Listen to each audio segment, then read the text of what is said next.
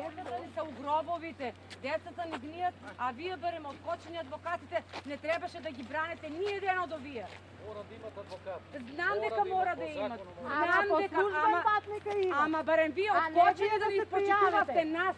Родителите, убивте не 5 пати, 10 пати до сега. Убивте не, секој ден не убивате. Ова да ви се случи се секој ден не убивате. Да знаете, секој ден не убивате. Барем да не се појавивте вие откочени адвокатите. Срамота. Тоа не многу повеќе боле од колку што дали са крити. Детенци инспектор по криминалистика. Тука учи моето дете, тука учи. Те колечка ви е, Моника Трифунова е колечка ви е, инспектор по криминалистика. Да знаете дека монструмите ја убија. Тие сега што ги бранат.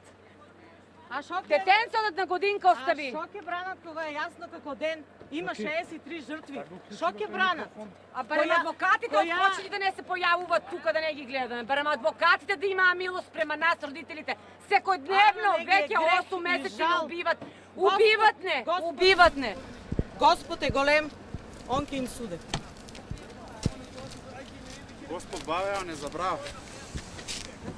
Само не знам дали се плашат од еден ки ни суде на сите.